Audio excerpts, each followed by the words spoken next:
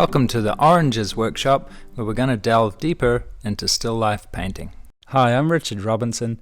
In this lesson I'm going to show you how I set up my palette for a still life painting, how painting on a toned canvas can help you, the best way to capture vibrant color in a painting, seeing and painting white objects that aren't actually white, how just a few details can add realism to your painting, and how gray color is so important in creating the impression of vibrant color.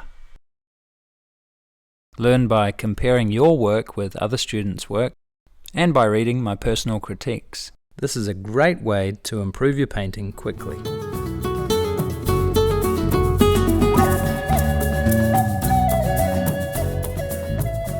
You'll find that my method of painting is very fast and fluid, but the way I teach is nice and slow.